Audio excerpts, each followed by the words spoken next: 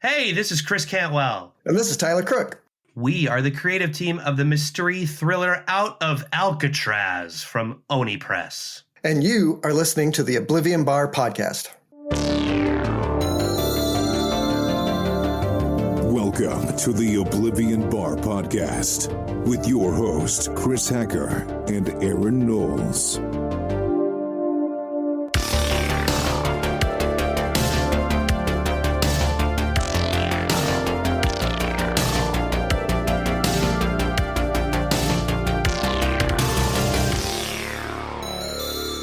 Hello, everyone, and welcome to episode 181 of the Oblivion Bar podcast. I am Chris Hacker, one of your co-hosts here on the Oblivion Bar. I am solo this week. We have no Aaron Knowles. I know you guys are all so disappointed to hear that. My BFF and co-host will be back next week, but I wanted to bring everybody in for this conversation with the creative team of Out of Alcatraz, #1, and the entire series over at Oni Press, writer Christopher Cantwell and illustrator Tyler Crook. Now, I was very excited to get both these gentlemen on to talk about this series that I've already had the chance to read the first issue for. That first issue actually comes out on March 19th, and that's quite a bit of ways. Obviously, we're only in February, but FOC for that series is on February 24th. So this gives everyone an opportunity, as you're listening to this conversation with both Chris and Tyler, to go ahead and pre-order that book. I say it in the conversation here, and I want to just reiterate it here right at the top of the conversation before we get into it, that this is a book that you want to support. This is a book that you want to pre-order. This feels really special, and I think you'll get some of that in this conversation, but I want to say right at the top that, and I sort of poke fun at this during the conversation, that when I was talking to Aaron about Out of Alcatraz and getting to read that first issue, I immediately was like, this is my favorite book of the year. Now, granted, we are only in February, but it sort of has that gloss of weight and importance that I think people should know about. Like, this is a book that I feel like I could give someone, either after it's finished or even before it's finished, and tell them, this is why comics are awesome. This is another example of this is why comics are great. And it was such an honor to talk to both Chris and Tyler about it. I've been a fan of both of theirs, both individually before the series. Chris is, the writer of She Could Fly. There's a Doctor Doom series that I really love that we talk about during this conversation. He obviously has done the United States of Captain America. He did the reboot of The Mask with Patrick Reynolds, good friend of the show. And obviously he's also worked on more recently the Plastic Man No More series that people are really enjoying. And then, of course, Tyler Crook, Harrow County, BPRD, The Stone King, Petrograph, The Lonesome Hunters. All of these are... I'm not shy about this. If you follow us over on social media, or if you just know me personally, you know that I'm a giant Tyler Crook fan. We had him on the show last year to promote The Lonesome Hunters, The Wolf Child. And I was familiar with his work and I liked Harrow County quite a bit, but it was when The Lonesome Hunters came out is where I really started to become a hardcore Tyler Crook stan. And again, I know I've said it multiple times here already in the intro. I spin my wheels a lot when I'm here by myself because I don't have Aaron to bounce off of. But I'm such a huge fan of these guys, and I cannot boast enough about this series, Out of Alcatraz from Oni Press.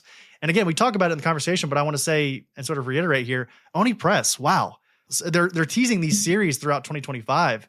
That's just, it's insane. It's like they're sort of reforming, reshaping their identity as a publisher. Now, again, they are obviously known for publishing Scott Pilgrim, and they have put out a lot of great series throughout the years, but you've got Free For All, the new Patrick Horvath series that has covers from Junie Ba and Matt Lesniewski and Matt Kent. And it's just, and Dave Stewart, like that right there would have been enough. And obviously along with Out of Alcatraz to get me on board. But of course, the stuff they're doing with EC Comics, which, slight tease here, Tyler talks about how he, not only did he do a story with Matthew Rosenberg, but he also wrote and drew a story of his own in the next issue. But you've also got Justin Jordan and Chris Sheehan's Hunt Mine a Long Lonesome Grave that's coming out later this year. You also have Chris Condon and Sean Carnero's The Goddamn Tragedy that's coming out later this year. Oh my gosh. I mean, there's just so many. There's also the Power Lords that's coming out from Dennis Culver and Matt Hodson. There's just like so many things that Oni Press is about to put out here in this brand new comic year that makes you really excited. Now, I want to preface this conversation with both Chris and Tyler that as soon as we hop on the line here, we immediately get into grave mode. We sort of talk a little bit about the political landscape. And I know this is a I hope that this is an outlet for folks to sort of step away from the normal NPR news overload where it's just bad news after bad news, because that's currently where we are in this political landscape. You've got the president and his administration just wholesale destroying whole departments, and it's wild. And again, I don't want to get into that even here now, but it's important. I think not only because we should have these things on the front of our mind. I'm not immune to any of that, but I think, again, it's not only just important for the conversation, but it's also important to contextualize what is going on in Alcatraz. Again, this is taking place in 1962, where the civil rights movement is sort of ramping up, and we're almost entering a new era of America. And ironically enough, again, your thoughts on the current landscape of the United States may vary, but it almost feels like we're leaving what we were entering in 1962 in a certain capacity. And, again, I don't know a ton about the escapes of Alcatraz and all of the details. So I had a really great time with Out of Alcatraz, number one, because Chris and Tyler really play with that mythology on like an expert level. So I can't boast enough about it. I'm just going to shut up, and I'm going to let us get to this conversation with both Chris and Tyler. But first, really quickly, shameless plug. If you want to support the Oblivion Bar podcast, if you enjoy comic book podcasts, please consider supporting the show over on patreon.com/Oblivion Bar Pod. You're not only helping support the show because we put all that money back into the show, but also you're getting a little something as well. Aaron and I, we like to put on a weekly bonus podcast called The Grid. It's 30 to 40 to sometimes 50 minutes of extra content where we sort of talk about what we generally wouldn't talk about here on the normal show. Last week on The Grid, we talked about the brand new Fantastic Four trailer, the Fantastic Four First Steps. That took the world by storm. It let us a little bit of a preview, and then they immediately released a bunch of AI posters. So, that'll happen. And we also sort of gauged our excitement of Captain America Brave New World, which comes out the week that you're listening to this. So that's what you can get over on Patreon. You could also get episode transcripts. You get access to see how we prepare for the show. You get Patreon polls, question threads for the creators that we have on the show. We give you an opportunity to ask the creators questions. All of that is over on Patreon. Again, there's multiple tiers. You can try it out for free. There's a 7-day free trial, all those cool things. So once again, patreon.com/Oblivion Bar Pod. You can either go there or check out the link in the show notes, whatever. But again, enough of that. I'm so excited to bring this conversation, you guys. Let's go ahead and get in this conversation with both Christopher Cantwell and Tyler Crook. And now, this week's special guest. Joining me today is the creative team of the upcoming mystery thriller Out of Alcatraz from Oni Press. One is the co-creator of the critically acclaimed AMC series Halt and Catch Fire. He's also the writer of series like She Could Fly, Briar, The United States of Captain America, The Mask, The Pledge of Allegiance to the Mask, Plastic Man No More, and the Eisner-nominated Doctor Doom series. The other is also Eisner-nominated, and he's also the creator behind Harrow County, BPRD, The Stone King, and The Lonesome Hunters. It is my pleasure to welcome both Christopher Cantwell and Tyler Crook onto the Oblivion Bar podcast. Hey, thank you. Hello. You guys sound lively, and that's good. It's been, I'm so happy you're here. First, I should say that before I get into the madness that we're currently living. But, before we get out of Alcatraz, I found out recently, Chris, that you're no longer on social media. Congratulations on that. I am. Yeah, Tyler, I'm sorry. I know we're about to promote a book, but I just literally was just like, ka-chunk. I just did it, man. It was, yeah. No, do it. I'm so glad that you did. I honestly wish I could do that. I envy you in that sense. My therapist says that it was probably equally like a self-destructive, isolating move, and then also probably a very healthy move. Yeah. So it's like a dialectic. You know what I mean? Like both are true. We're all kind of prone to some of those actions, but yes, we are roughly 37 days into 2025, and it feels like it's been about 18 months. So, yes. Chris, you've kind of gotten into a little bit. How you guys doing mentally? How's things? Oof, man, it's rough. Like, I love my country, and I don't feel like the country that I was born in is going to make it. Mm-hmm. It's it's a really stressful time, and I don't quite know what to do. I'm doing my bit to call my reps, and I'm involved in my local politics stuff, and that seems to be about all I can do. Mm-hmm. Yeah. Chris, how about you? I live in Los Angeles, so and I actually just moved back to Los Angeles on December 30th of last year. We'd lived in a town called Claremont, which is a college town about 30, 40 miles east towards the mountains. We lived at a boarding school there, and we finally made the move back to LA, and we moved to a little neighborhood called Highland Park, and we're literally, my street is the border of Pasadena. And so a week into our arrival, you could see the Eaton fire from our front porch. Wow. And so it was horrendous. And I can't even, that even seems like it's an understatement of a word for this experience out here. But there's just the list of people I know and love and care about, have worked with over the last 25 years in LA, the LA County area, who have lost everything or been displaced or are suffering in some other ways.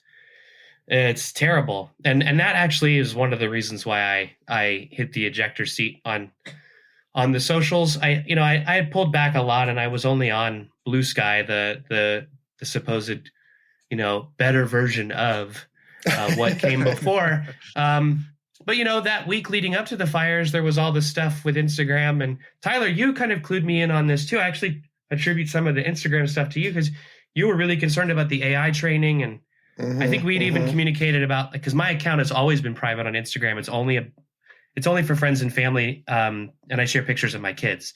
But I pretty much, it was like, they're still, even though it's private, they're using pictures of my kids to train their AI algorithms. And then our buddy Marky Z coming out and saying some really ugly shit, or feeling empowered to do so. And so I was like, okay, that part and parcel with trying to support people who lost everything on Blue Sky, and it getting enough attention that it was getting, I don't know, I can't wrap my head around it, guys. Like, it's just attention that was so negative and mean and cruel from all sides of everything, that I was like, okay, I'm talking about friends who have lost their homes, and here are strangers being ad hominem towards them and me. And I was like, I don't need it. And so I'll just hide behind my work and disappear and keep my life small, So, and then, and then you look to the national level, and just every 5 minutes. It's funny, I'm not on social media, so I can't doom scroll, but I can still read the news, and that alone feels like doom scrolling. I mean, I had an anxiety dream about the valves opening in Northern California, and the flooding farms, and how in the summer it's going to be dry. Anyway, it's a scary time. The mantra for me is I'm trying to keep my world and my life small and focus on my kids and my wife and my work, and do what I can where it makes sense. But boy, what a yeesh. Yeah, it definitely feels like we're at a point where, like, at least I feel like there's a lot of people who are sort of becoming very, like, painfully cognizant of how our online lives are not providing what we need from them. Yes, it just feels like a kind of illusory. And it's funny, I worked in this before I was a screenwriter, and I worked in early social media marketing stuff. And this was the earliest days of Facebook. But I was off of that. I mean, more than 10 years ago, because I could see the writing on the wall, and you just kind of retreat, because I don't know. It doesn't give you, you're right. I had jury duty in Pasadena last week, and I ended up on a trial, and it was not a fun experience, but I was actually really heartened by the people that were there. It was a kind of beautiful cross section of people from Pasadena and the LA area, old, young, all races, creeds, colors. And the attorneys were really impressive and human. The judge was very impressive and human. It was a criminal case, and as a man's, you're dealing with a person's future, but it was hard, and you saw the flaws in the system and how tragic they can be. And then also it was a thing that I wasn't expecting to restore my faith in humanity.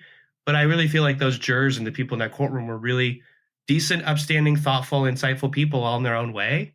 Mm. You know, and they were delivery drivers and forensic psychologists and radiologists and working at grocery stores. And this is their home, and it was on fire. And it was actually kind of a complex experience. I'll put it that way. But it was, a one that was, again, another dialectic of like, this is awful. And then also like, these people we're in this together. I don't know.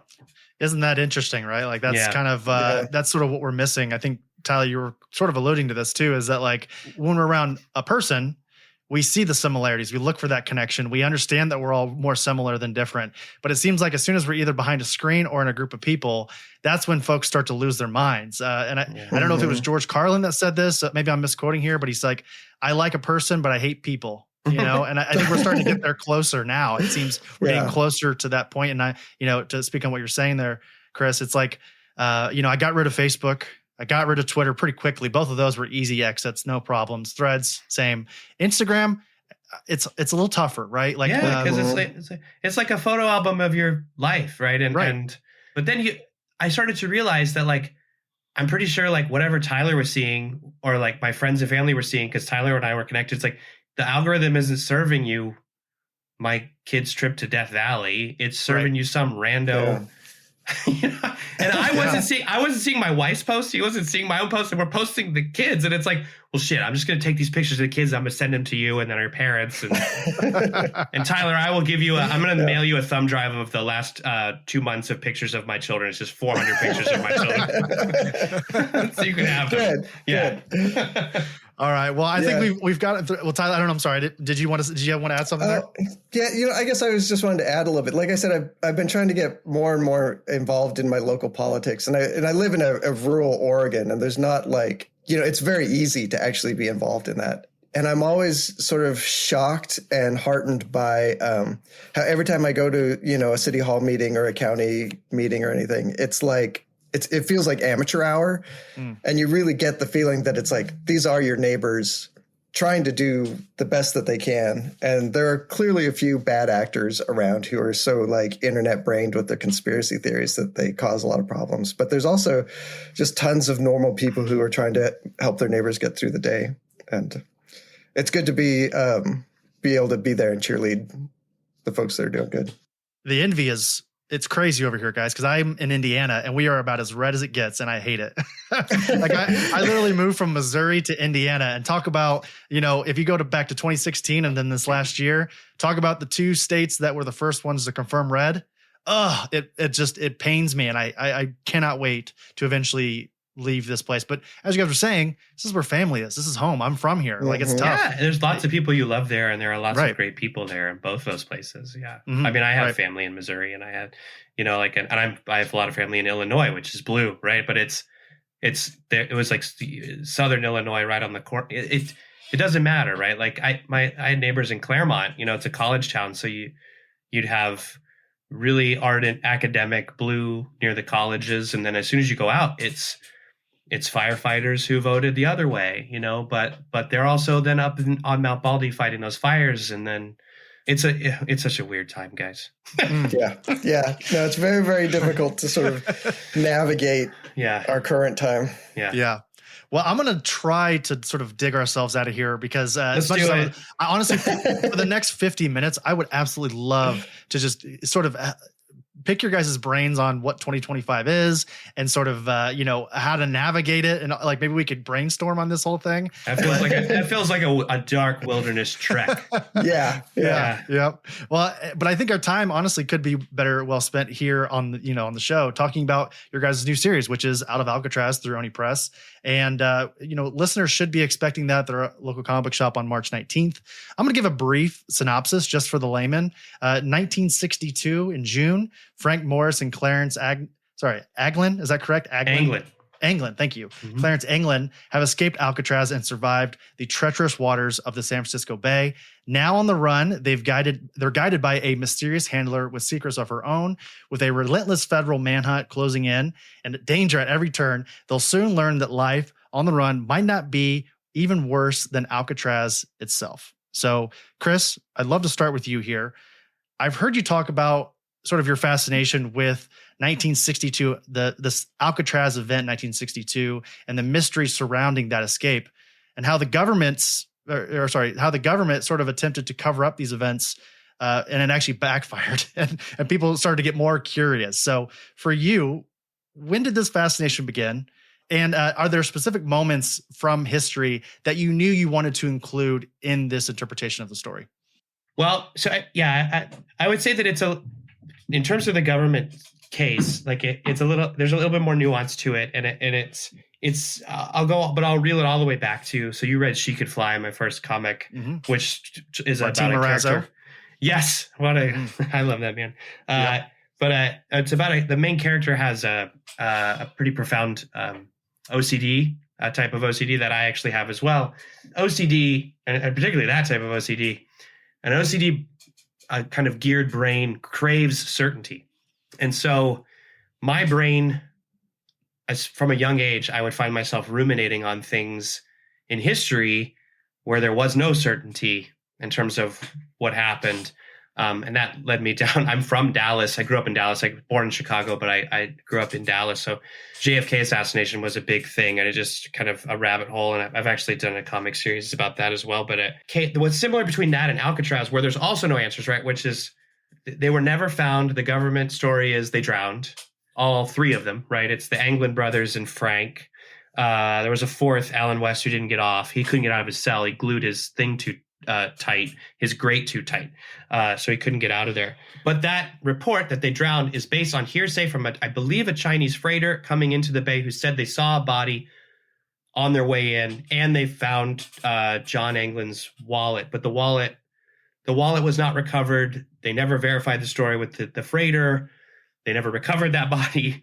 So they were like, oh, they drowned. But it's literally, I just talked about jury duty. That's hearsay. It's not even evidence, right? It's like, well, and so, that's, you're in 62, you're still with like Hoover's FBI, right? There's a shadow looming large over that.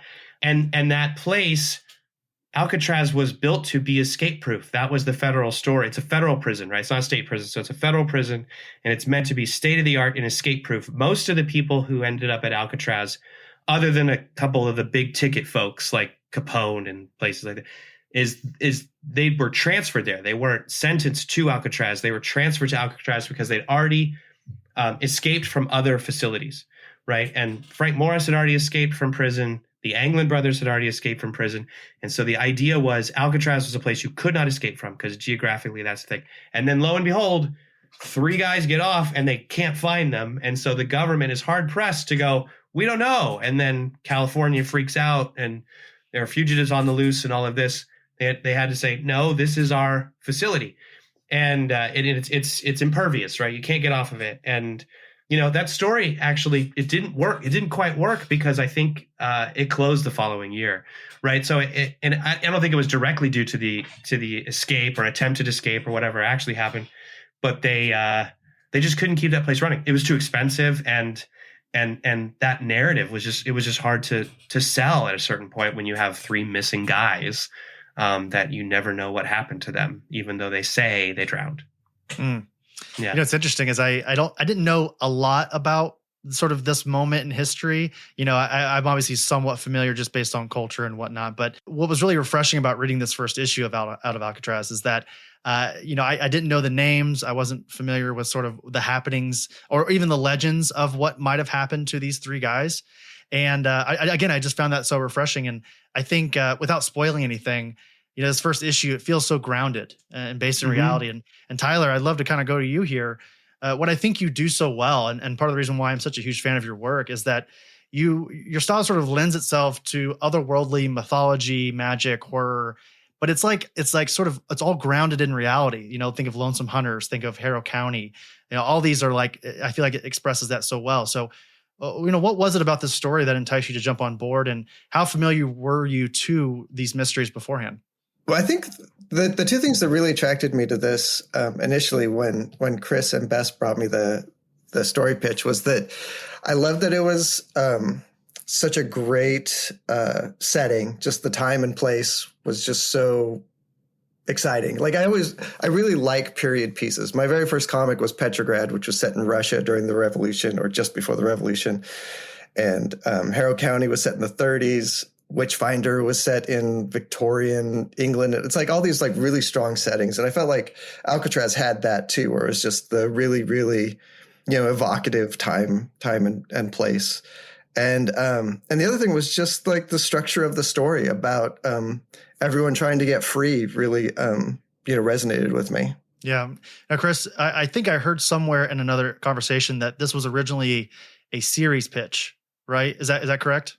This is the only time I've ever done this, but yeah, I actually in 2019, I wrote this as a pilot for a limited series, an original limited series. And I took it out to a couple places, but I really just wrote it for me because I was coming off of something that would have been the follow-up to *Halt and Catch Fire*. And it almost got off the ground and then didn't. And so there was a little bit of dismay and can I still do this? And do I still like this? Doing this, meaning just screenwriting. And I wrote this pilot based on something I very much was obsessed with for a long time. And so, it kind of sat there on my hard drive for years. And then when I met with Oni at Comic-Con in 2022, I just started talking about it with Bess and Sierra and Hunter, and they were really interested. And it's a lot to ask someone, especially in comics, to read a 60-page pilot. But it was like, I don't know. And they did. And they Bess was really insightful, and they kind of pulled it apart and really saw what I was trying to do there.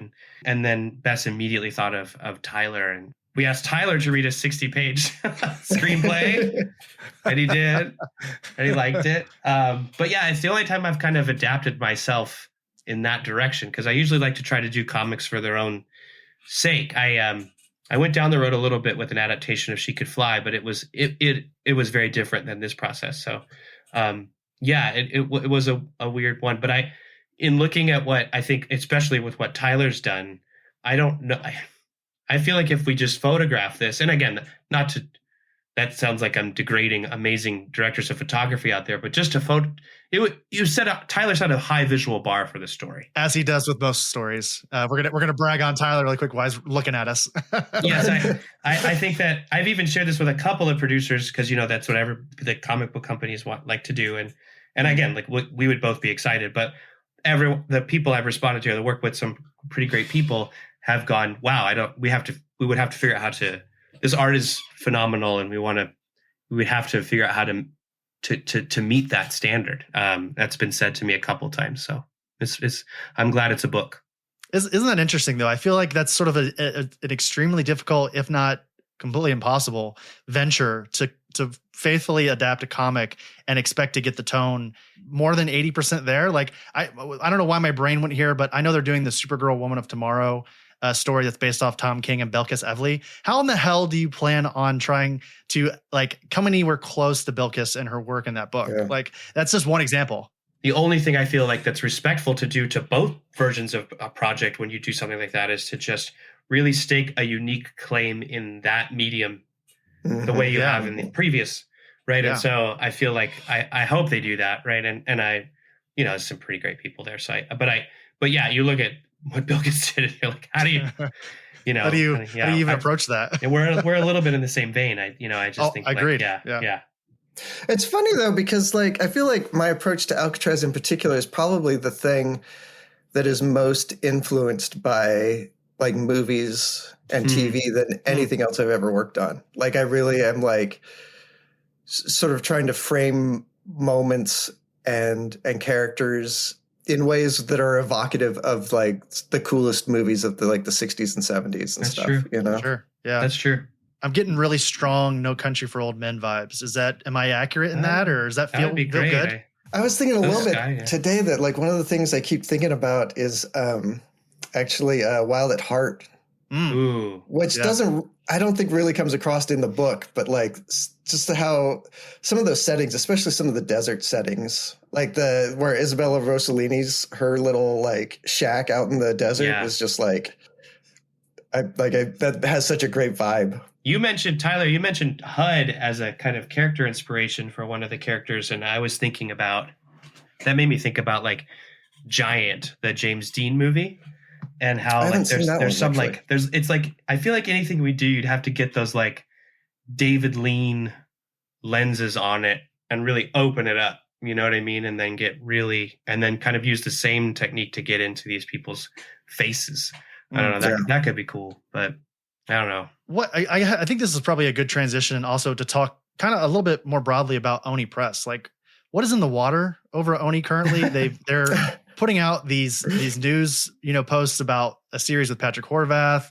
There's obviously they've been doing a lot of the EC stuff. This is a good example. Like they have been really hitting on the head in terms of like new, interesting, fresh ideas over there, which is interesting because for a long time, and I mean this respectfully, if anybody's listening, anybody that's listening to the show from Oni, I love the publisher, but it's always sort of just been like the home to Scott Pilgrim and then like some fun books here and there, right? But like it feels like they're really making a point to have an identity going into 2025, and I find that really refreshing.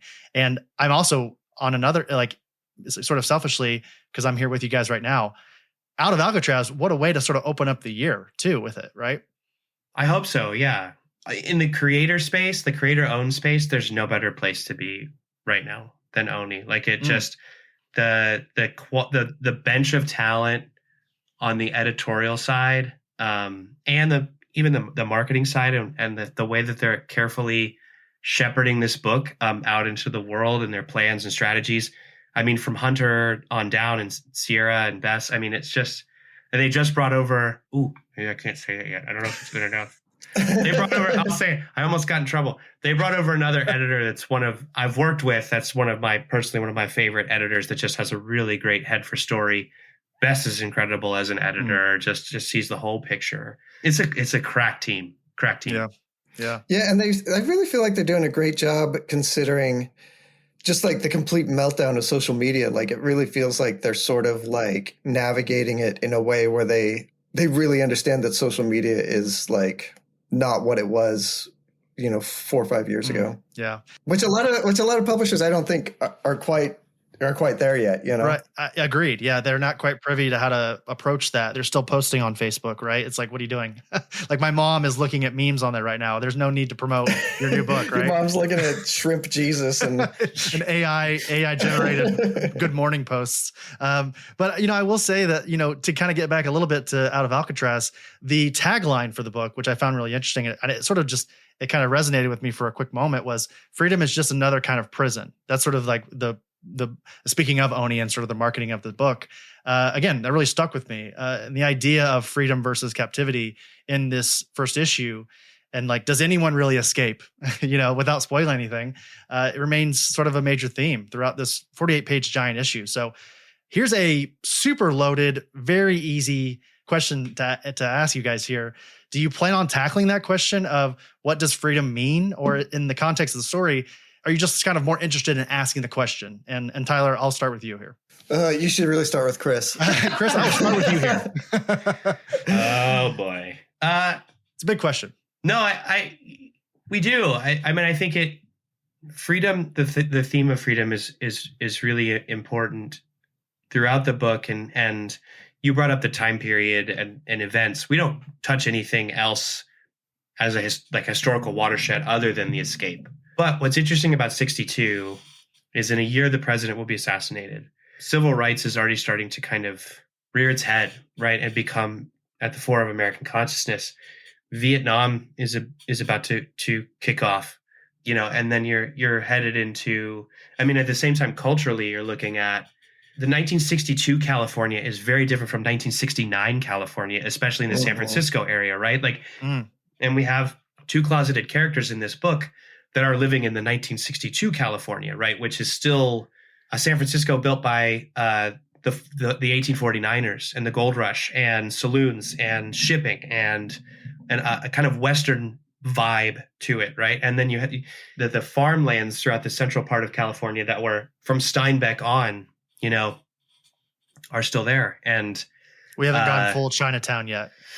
No, the Owens River Valley still has this water. Or no, it lost its water like years ago. No, that's not right actually. Yeah, because Chinatown is like 29, 10, right? 20 years. Yeah. Owens River Valley's already been Mulholland's already destroyed the southern part of the state.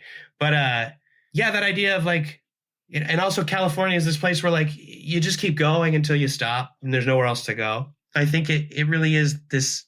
It's a hinge point in the American idea, right? To tie it back to the beginning of our conversation. And this idea of freedom in America is a very potent one. It's at the fore of a lot of things in trite ways, and then also in profound ways, and in complex and subversive ways, right? Because of the country's history when it comes to slavery and the things that it was built on, and these other ideas that and the displacement of indigenous people, all of these things that I said dialectic at the beginning. I'm just going to keep coming back to that world, like these kind of opposing truths that live side by side, right? Like, and our prison system is another kind of example of this, where it's like, and it's rehabilitative qualities. So it's like, so we have this kind of America on the cusp in 62, and it's about to do a massive introspection that's violent and radical and tumultuous that lasts until Reagan, right? Mm.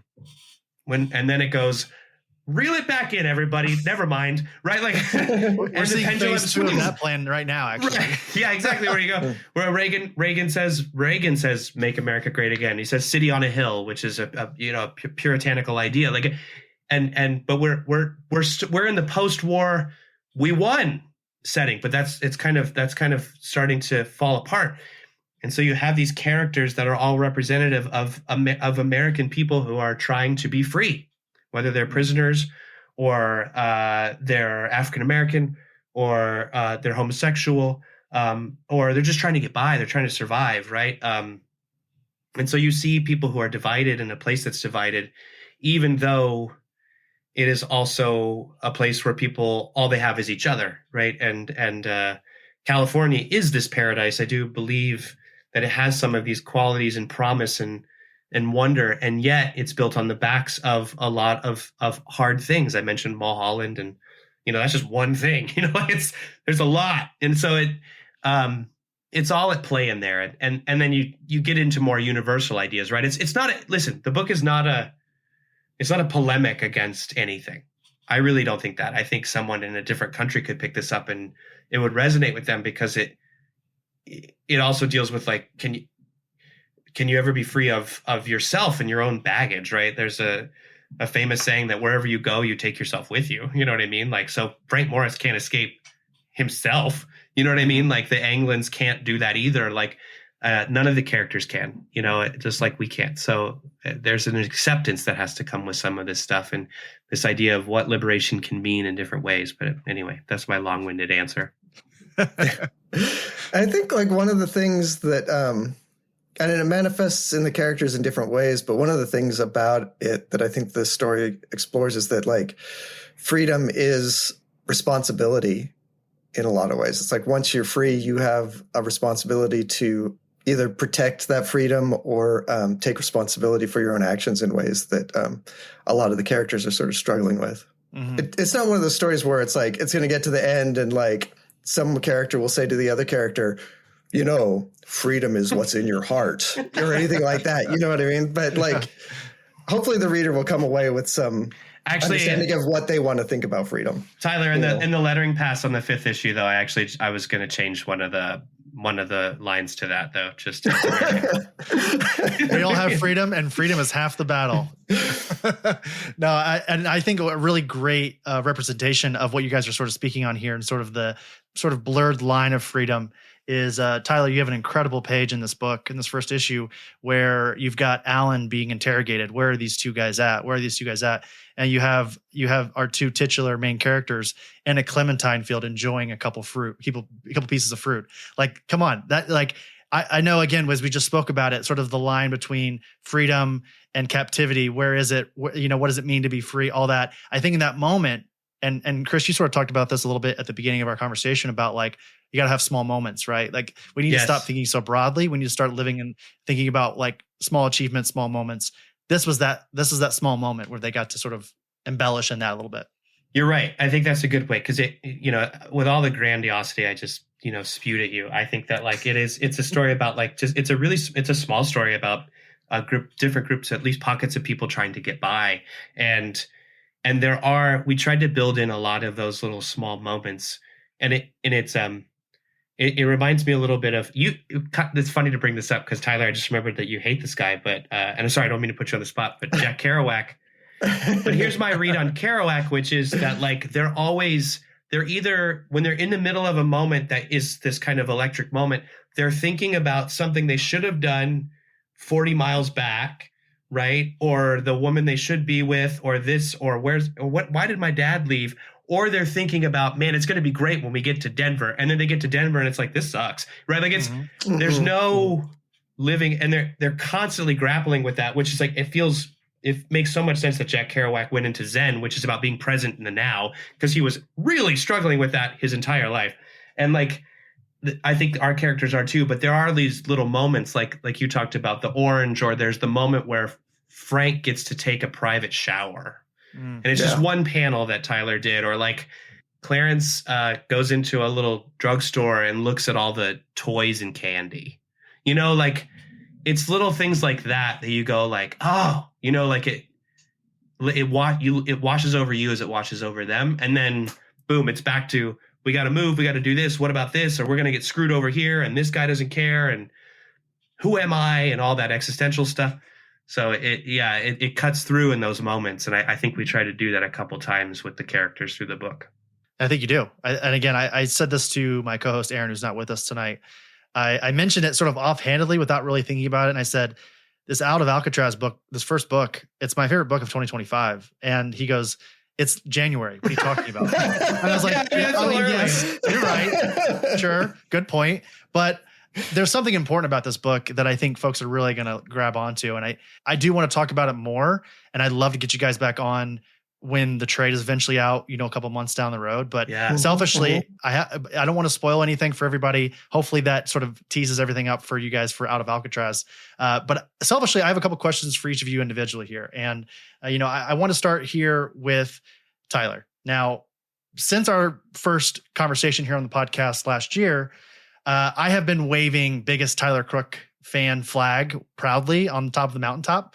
I'm sure you get annoyed with my tags on social media constantly, but I just feel like people should know. I know Chris probably agrees with me. And I feel like you have to answer me this while you're here, right? And that is, when are we going to get more Lonesome Hunters? Oh, man, I wish I could tell you for sure. It doesn't look like Dark Horse is going to do more Lonesome Hunters at this point. What? Who do I need to talk to? Who do I need to call? Call your local representative. Call your local Dark Horse representative. Yeah, make sure you email darkhorse@darkhorse.com or something. I don't know. Just tell people, make sure that if you mention it on social media, they do notice it. I'm playing with a bunch of different ideas of how to get it going. It's not a story that I'm willing to sort of just let die because I do have a couple more story arcs. And it's a story that's like really important to me personally. So I'm hoping to really get it. I'm hoping to start getting at least have a plan together in the next couple months for how I'm going to get it out, and then get it on my schedule in a way that won't kill me. I know you were saying it took you like a couple months per issue, right? Like am I remembering the timeline? When things are normal, I can do an issue in about 2 months, and it seems like it's been much longer lately. But I feel like that's the beauty of this process. And that's, again, just kind of like champion Oni here. Like Bess knew, and Sierra knew, and Hunter knew, like build in the timelines for these books.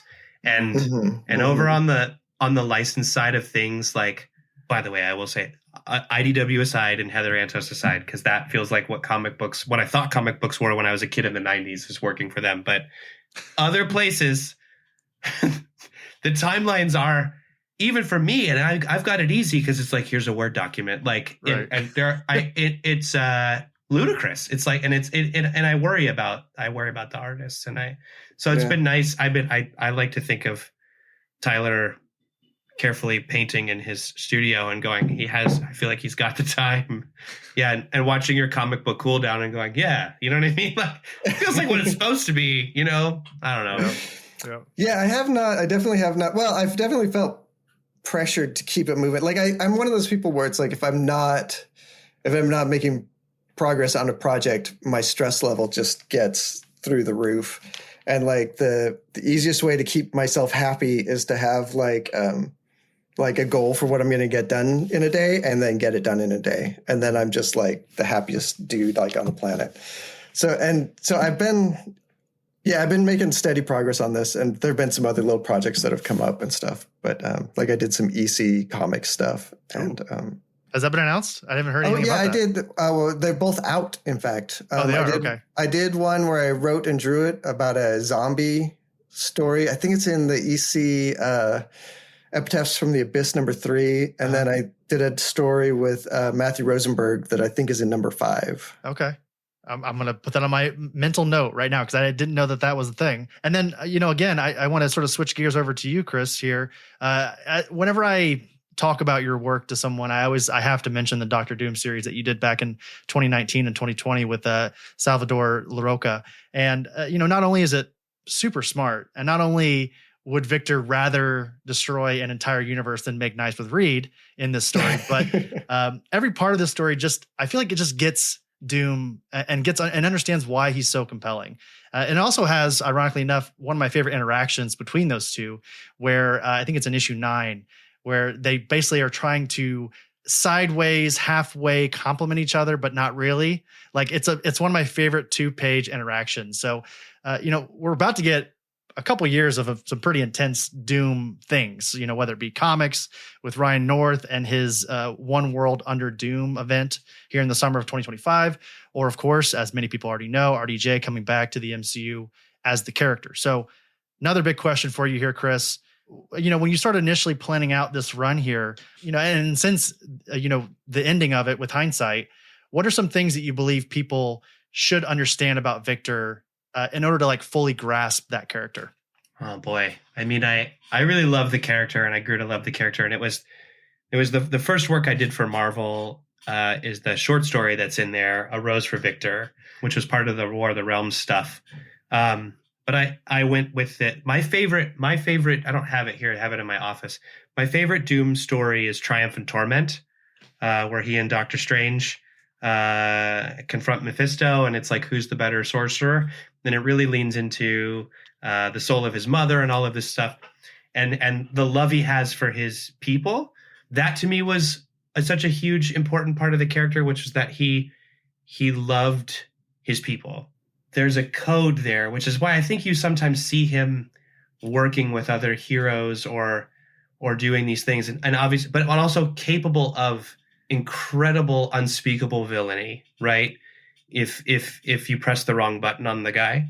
And that issue you mentioned, issue 9, is, I think that's my favorite issue in the run, because the whole thing is Reed.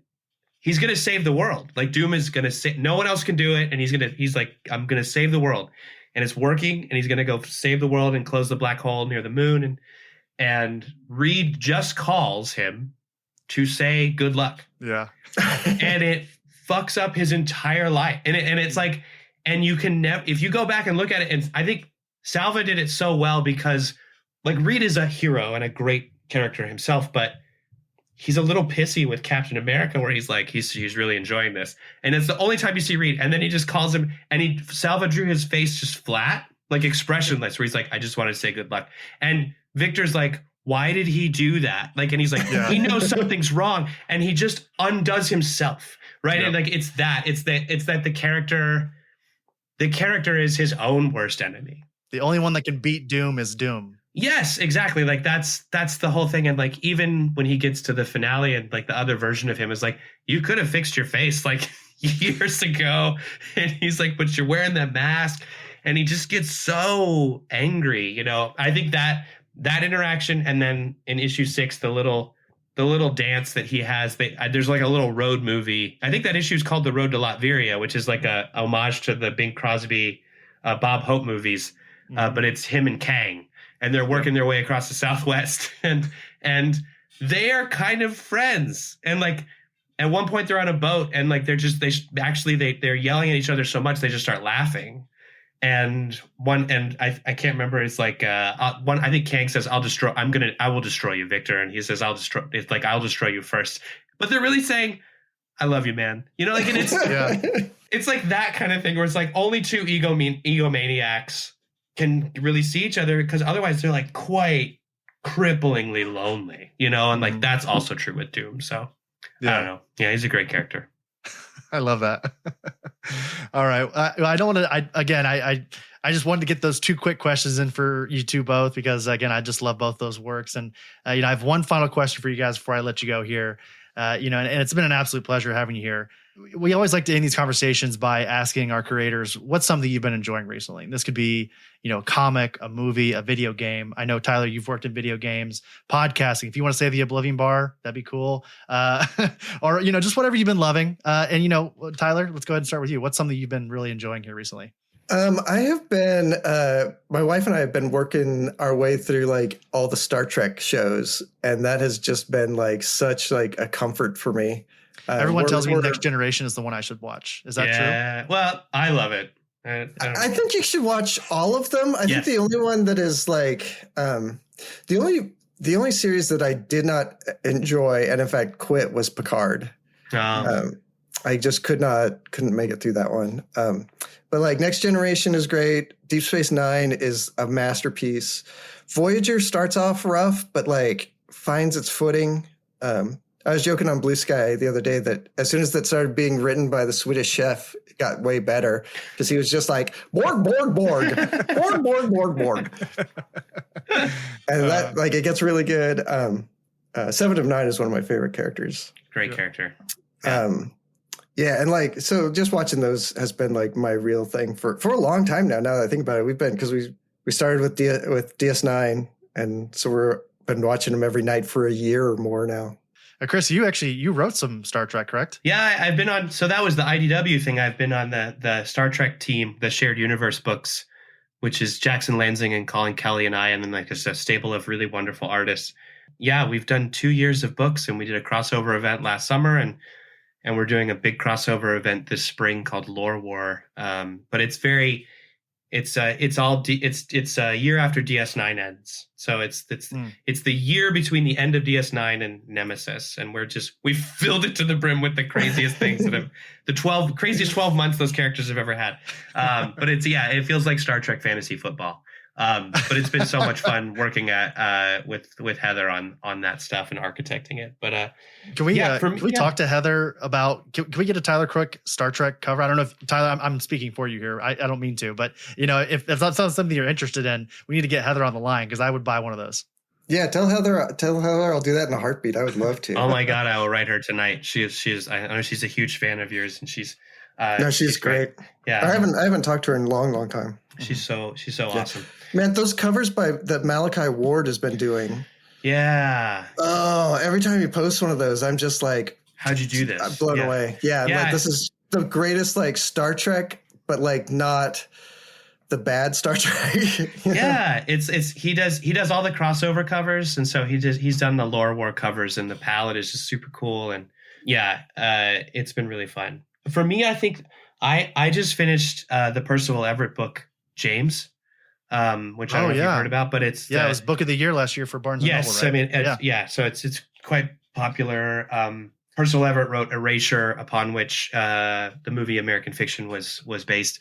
But James is the story of Huck Finn, but told through it's a reimagining of that, told through the story of Jim, the slave that Huck is with. It's his internal story, and it's really heavy and beautiful, and we're just talking about this great country of ours, which is unflinching in its look at the country and America, especially at that time, and it's very relevant now. And it goes in some pretty intense directions, and but ultimately it's just such a beautiful human book. It's funny and shocking and scary, because you realize what it's like for an adult man to be going through this experience with a white child on the run, knowing what could happen at any moment to him, it's fantastic. Yeah, I read it. I read it all through jury duty, not on the trial, obviously, but there's a lot of extra time in the courthouse, so I read it. I blew through it. It's such a good book. Yeah, it's incredible. Yeah. I'm glad to hear that endorsement, because I've obviously seen it be celebrated through, again, Barnes and Noble and such. And obviously people best of 2024 lists, often that was on there somewhere. So you've inspired me to go grab that this weekend. But again, as I said a moment ago, Tyler, Chris, an absolute pleasure having you both here on the Oblivion Bar podcast. I cannot implore people enough to go grab that first issue of Out of Alcatraz. Comes out on March 19th. FOC is February 24th. So this will come out way before that, everybody. So when you're listening to this, you will have the opportunity to go to your LCS and go ahead and pre-order this book. This is how you support comics. This is a book that you should be pre-ordering for sure. I told my local comic shop here in Indianapolis, Mages Comics, I want every cover. I want cover A down to Hayden Sherman's 1 in 50. I want all of them. So I think you guys, beautiful variant covers. Yeah, gorgeous. You guys stuff. have like 8 covers for this first issue. That's incredible. Yeah, they're good. It's like we did a great, nice breadth of covers. But I don't feel like we didn't go overboard, but it's like 8 ones you want. Mm-hmm. Yeah, absolutely. Yeah. All right. Well, before I let you go, and Chris, I'll start with you here.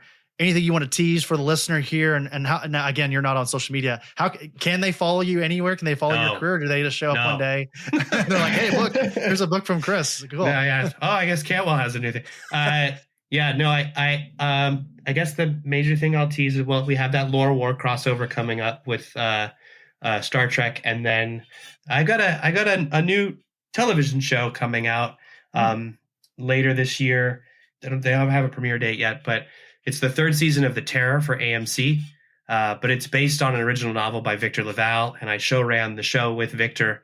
And it's 6 episodes. It's called The Devil in Silver. It's based on Victor's book, which itself is quite wonderful.